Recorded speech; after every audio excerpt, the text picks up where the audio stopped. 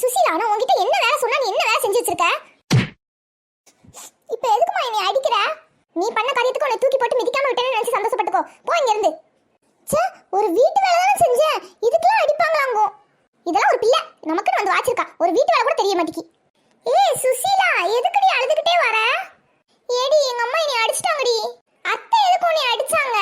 ஏடி அவங்க சொல்ற மாதிரி தாண்டி செஞ்சேன். வீட்டு வேலையெல்லாம் சரி அம்மாவுக்கு ஹெல்ப் பண்ணுவோம்னு சொல்லி கொஞ்சம் கொஞ்சம் வேலை பார்ப்போம்னு சொல்லி கேட்டேன். அதுக்கு அம்மா சொன்னாங்க சரி இந்த அரிசியெல்லாம் நல்லா வாஷ் பண்ணி கொடு அப்படின்னு சொல்லி சொன்னாங்க. சரி வாஷ் பண்ணி கொடுத்தியா? ஏடி நான் நல்லா தாண்டி வாஷ் பண்ணி கொடுத்தேன், வாஷிங் மிஷின்ல போட்டு நல்லா வாஷ் பண்ணி தாண்டி கொடுத்தேன். இருந்தாலும் என்னை அடிக்காங்கடி. ஏடி நீ பண்ண தப்பு என்ன தெரியுமா? வாஷிங் மிஷின்ல போட்டு வாஷ் பண்ணும்போது வாஷிங் பவுடரும் சேர்த்து போட்டிருக்கணும். அதனாலதான் அத்தை உன்னை அடிச்சிருக்காங்க.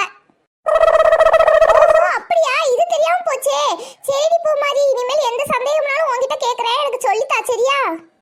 சரிடி, எதுனாலும் என்கிட்ட கேட்டு பண்ணு. ரொம்ப ரொம்ப தேங்க்ஸ் டி. இருக்கட்டும் இருக்கட்டும்.